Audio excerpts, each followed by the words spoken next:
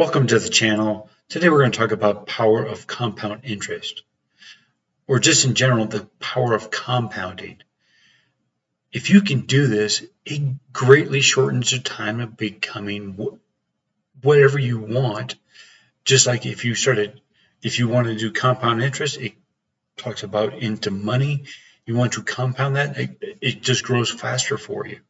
If you want to compound your time, well, let's say if you're driving down the road, you want to compound your time instead of listening to music or something. Why don't you listen to an audio book or something like that to learn a new skill? Or that's power of compounding. You're doubling your efforts doing the same thing. So just like we're going to talk about an example here in this presentation on where you spend $100 and we're going to compound it over time and then see what it turns out to be. The more times you compound it, the better. The amount that you compound, the better. We're just going to break this down. Compounding, especially in compound interest, being the eighth wonder of the world by Albert Einstein, he also says the people who understand it earn it, the people who don't pay it.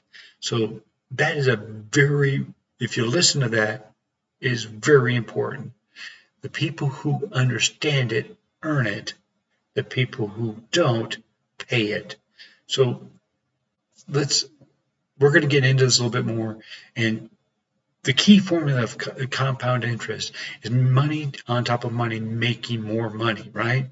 That's what it does. If you're making it 10%, you take a $10 bill and you're making 10%, that's $1. Then you take to the next cycle of compounding. Now instead of having $10 being compounded, it's going to be $11 being compounded. And going on forward, it's going to keep compounding and compounding and compounding. So it's exponential growth. We're going to start with this rice story. So a girl, the parable is that she asked for 1 grain of rice doubled for 30 days. That's what her fee was for helping out the king. So day 1, she got paid 1 grain of rice. Not very much. But day 2, it becomes 2 grains of rice. Day 3 day 1 is 1 grain of rice. Day 2 is 2 grains of rice, right? Just doubled. Now day 3, 2 times 2 is 4.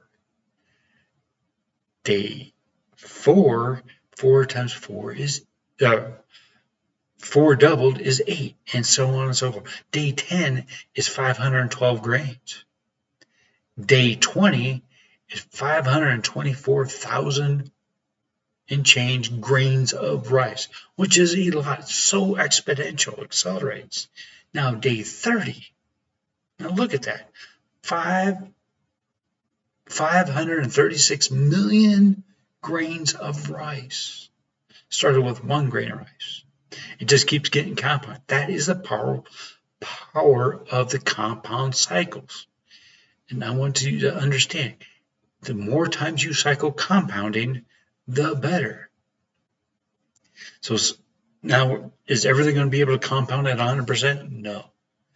The more money you get, the power of compounding, if you grasp it, is, okay, today I may have $10, but that's all I can give.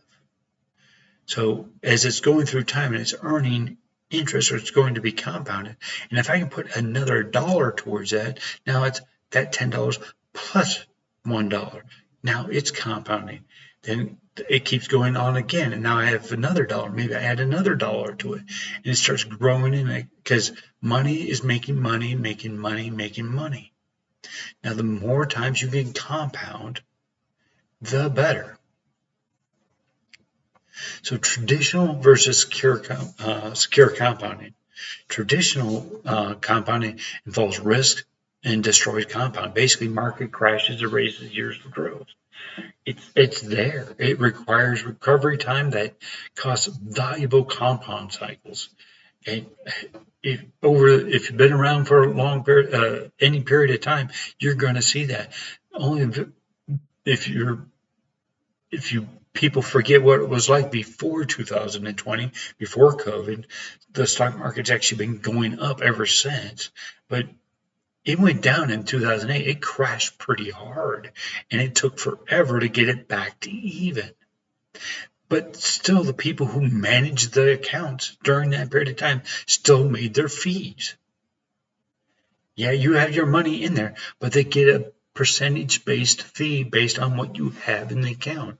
It doesn't make a difference if you took that account and you made $100 and you put it first $100 in, and they give you a 1% fee. That's $1. But then you doubled it, right?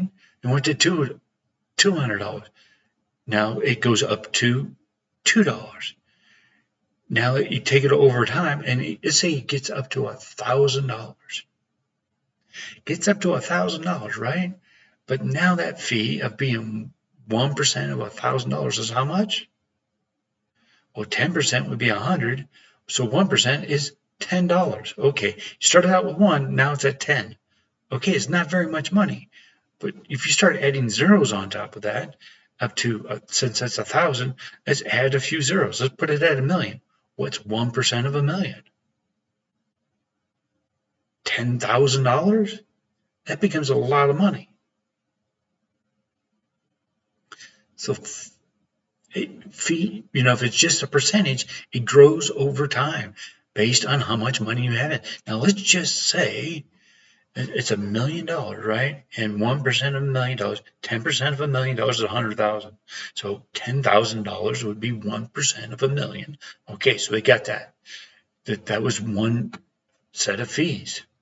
Now let's say over the next period of time, in the next year, you lost half of your account, right? It drops down to $500,000. You just lost $500,000. They still get paid based on the fee structure and percentage. They get paid $5,000 for them to lose money. And they're going to go, well, the market's down. That's the reason why you lost money. But we still get paid. If there's a way to secure your growth wins, even better. If you never lose, and there's some ways to do that by putting insurance on your money and stuff like that, but it's going to cost you some amount of money to put interest on that, to put insurance on that. You can do it if you know how to do it. So moving on. So let's use Microsoft as a case study. Let's say you invested in Microsoft. Just in the IPO, you spent $100.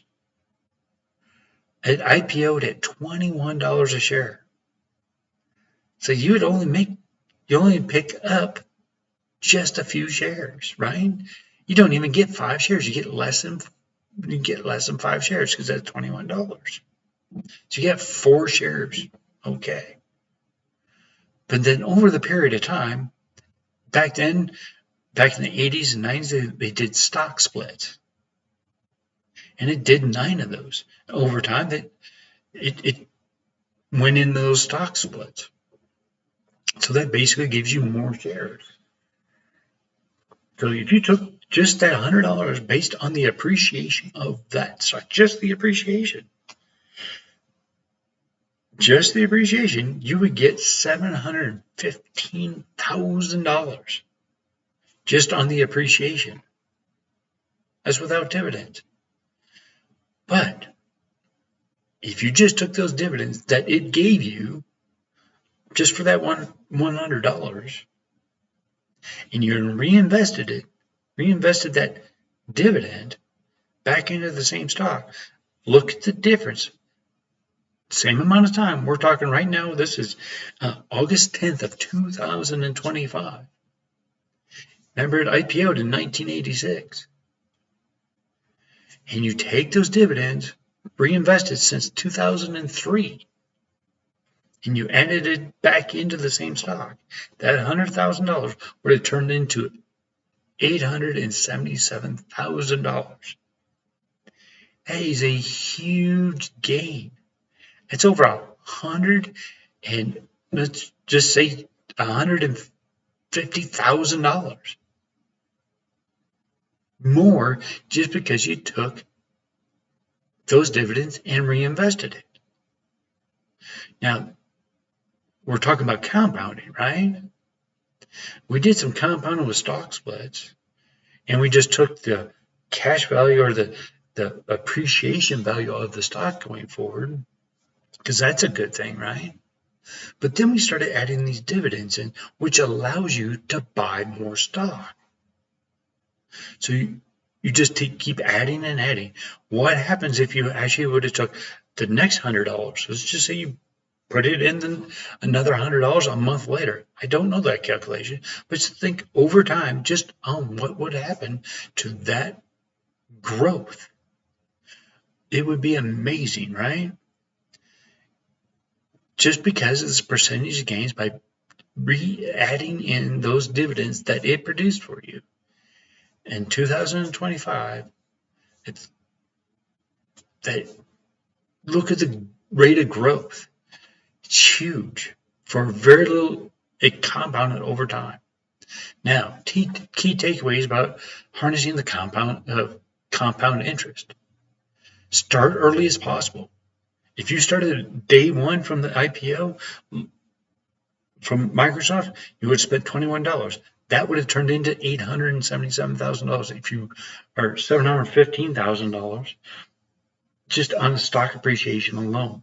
That's appreciation. That's it. Now, if you took those dividends and compounded that, taking those dividends and put those back into the stock and earn more and compounded more, you got more money.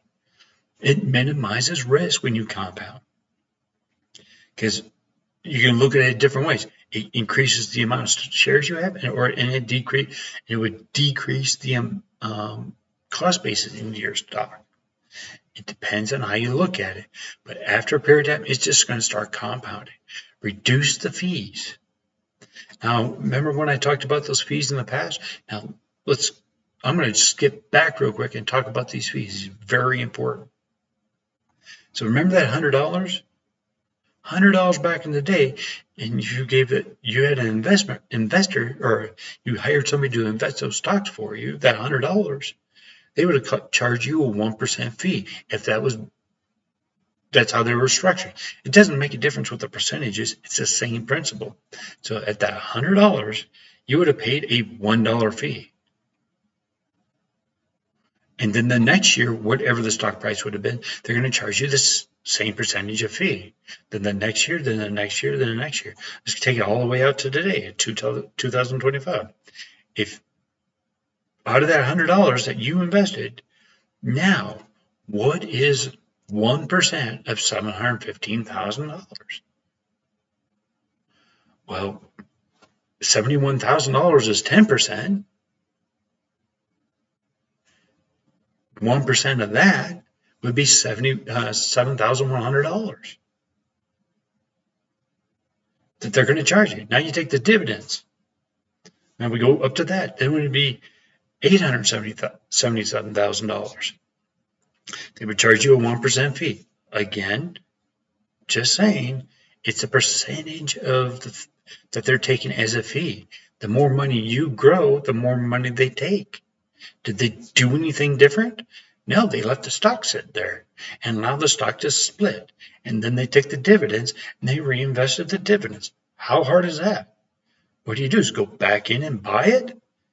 You're not. I mean, do you need an advisor to do that? Do you? Really? Come on. Just by saving that amount of money, you would have grown exponentially, because it would have been compounded even more, because you would have been able to buy more stock. So reducing the fees as much as possible is better. Small increases in your rate of return dramatically accelerate the wealth building.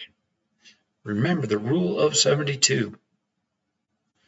Rule of 72 is you take 72 and you multiply that, you divide that by your interest rate, and that tells you how fast you're going to double your money.